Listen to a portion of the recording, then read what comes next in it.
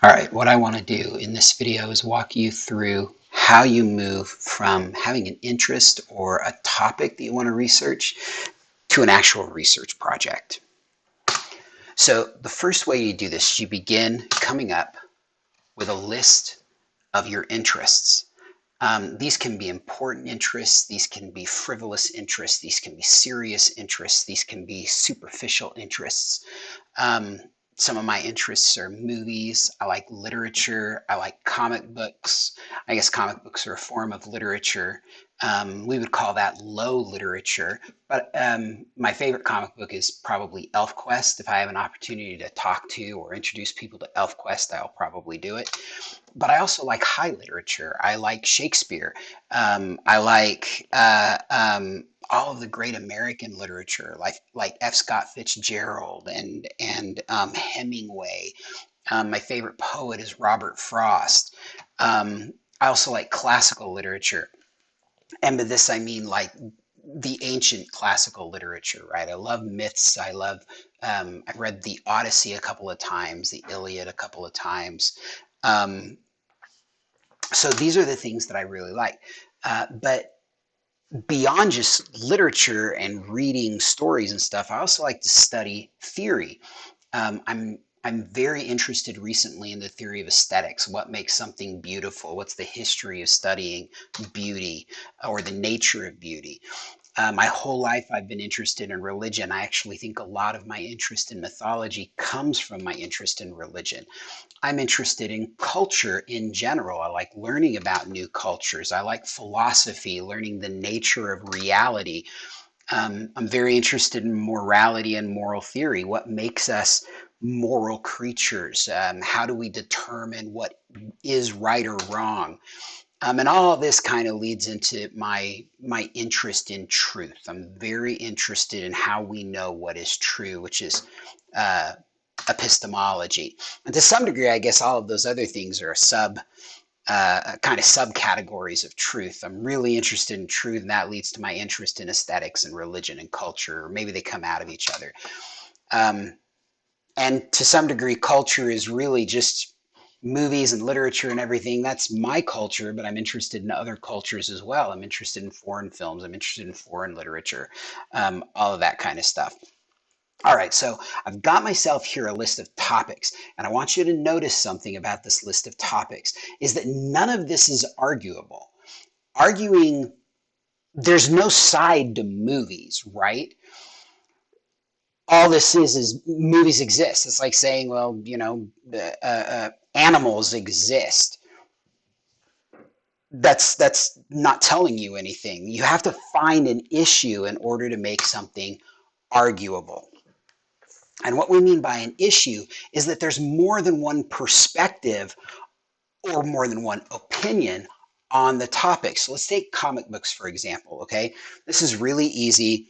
Um, Within the culture of comic books, the fan culture of comic books, there are actually a lot of arguments that go on amongst the fans. Now, these can be arguments about the characters, they can be arguments about storylines, they can be arguments that touch on things beyond the comic book stories that spread more out into the culture or that bring cultural concerns into the discussion of comic books, like a lot of what's going on recently about wokeness and comic book culture, right? But I want to start with something frivolous. I want to start with something stupid. Hulk versus Superman. So if we look at this idea of this is an argument that's been going on for decades among comic book fans. Who would win in a fight, Hulk or Superman? Now, there's a lot that we could dig into this, but the idea of this issue is when you look on something like Reddit or something and you see people talking about this, what makes this an interesting question for comic book fans is that Hulk gets stronger every time he's injured, but Superman is impervious essentially to damage unless it's radiation from his home planet. When we take a side on an issue, that's what we call opinion.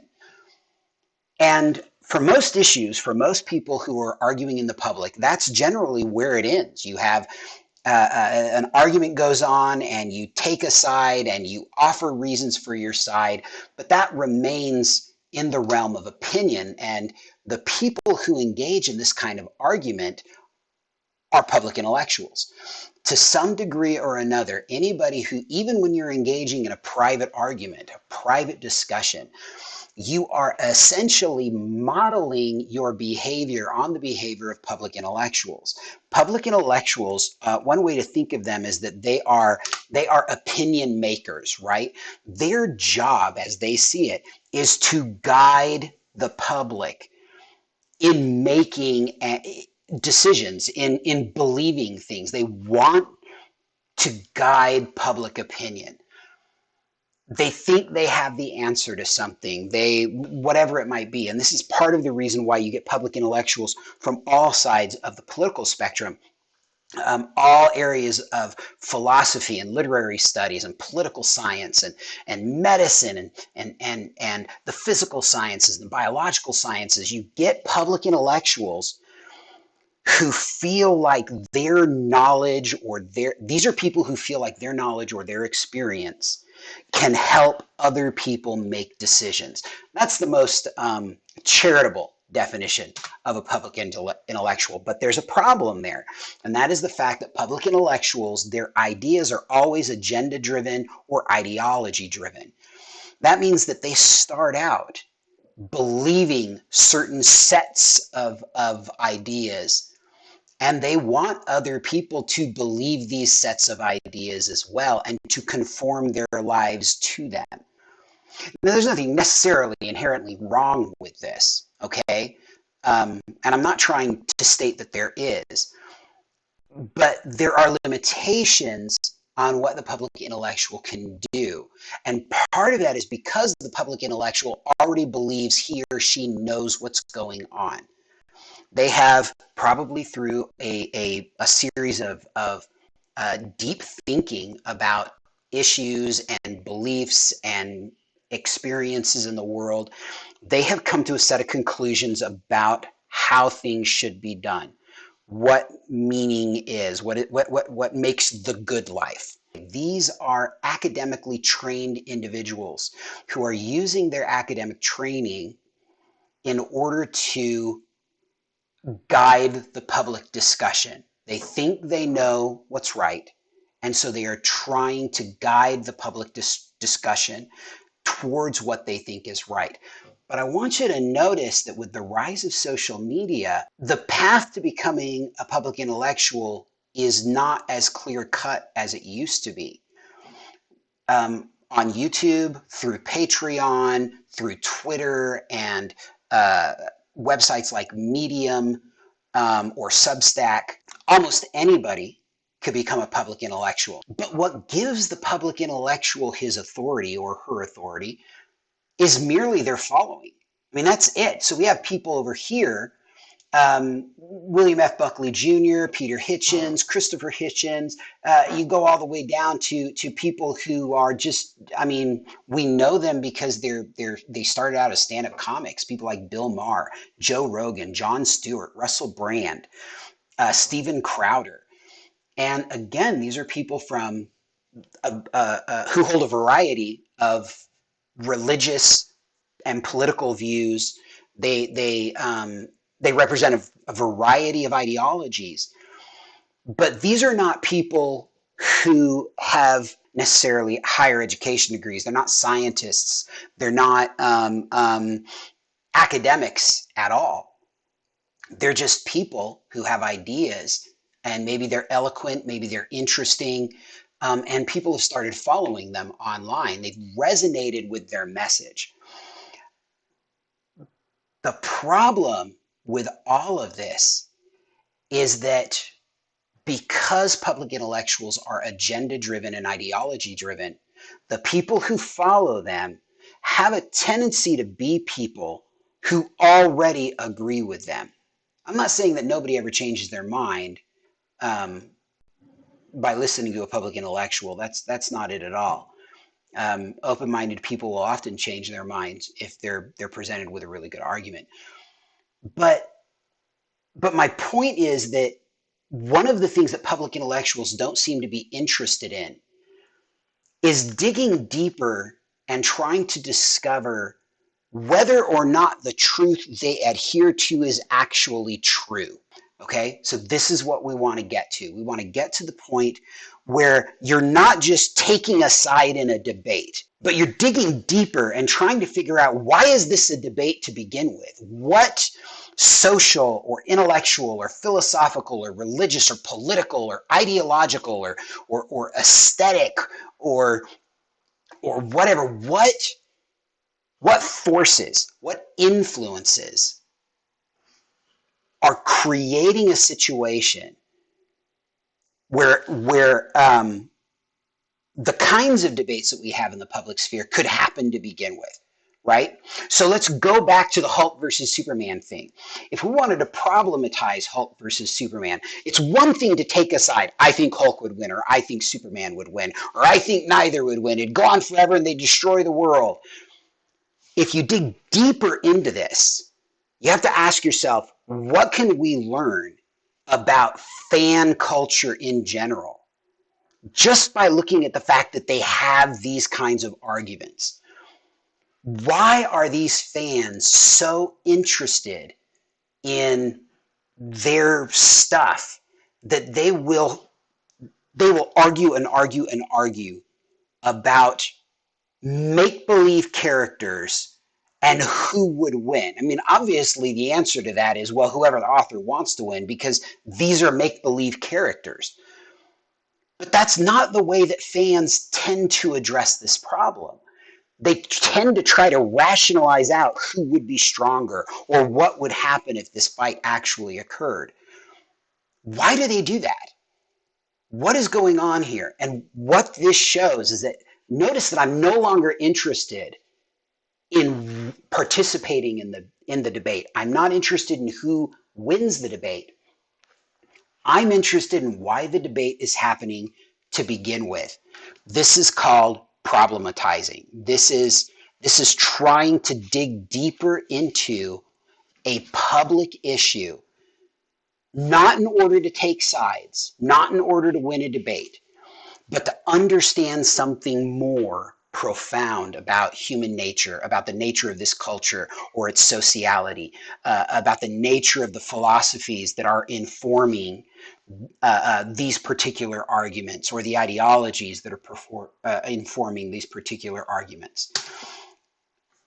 In order to do this, we ask probing questions. Now, there's basically two sorts of questions that you can ask when you start problematizing something. You have simple sentences, which are either or. Would Hulk win or would Superman win? These are usually the kinds of things that lead to opinions, right? Probing questions, however, these ask questions about who's involved, right? Who benefits? What exactly are we talking about? What are the facts of this issue? Why is this occurring? What's motivating it? What's the nature of the problem? How did we get here? What's the history of the problem? How are we going to solve the problem? How did the problem develop? This kind of problematizing, this kind of process of asking questions that are not designed to win a debate, but that are designed to better understand the nature of the problem, or the nature of the people involved in the problem, the nature of the culture, the nature of the society, the political nature, the cultural, economic, moral, religious, aesthetic, or philosophical influences, the ideological issues. These are the things that try to get us towards truth. It's not I'm right or you're right, it's what is right. And ideally, this is the role of the scholar. This is the role the scholar is supposed to play in society. When you start a research project on the college level, this needs to be your orientation. You need to be less worried about winning an argument than you do about what's true. And the goal is to follow the truth where it leads, wherever it may lead. always recognizing that whatever truth you find is tentative, preliminary. What that means is that there has to be an element of intellectual humility. You have to understand that you don't know everything. You can't know everything. There are evidences that could completely upend whatever theory you develop, whatever preliminary truth or preliminary conclusions you come to. So everything that you know should be approached as though it is at least partially tentative, at least when you're engaging in the scholarly mode. So, to sum up, the way you turn an interest into a viable research project is by figuring out which of your interests can be turned into an issue. Which of your interests can be argued about? On which of your interests do you see arguments being made, right? Do you see debates being made? Figure out what those debates are. Figure out who the players are. And then once you've figured that out, you don't stop there. You move on to asking probing questions about why that issue is happening to begin with.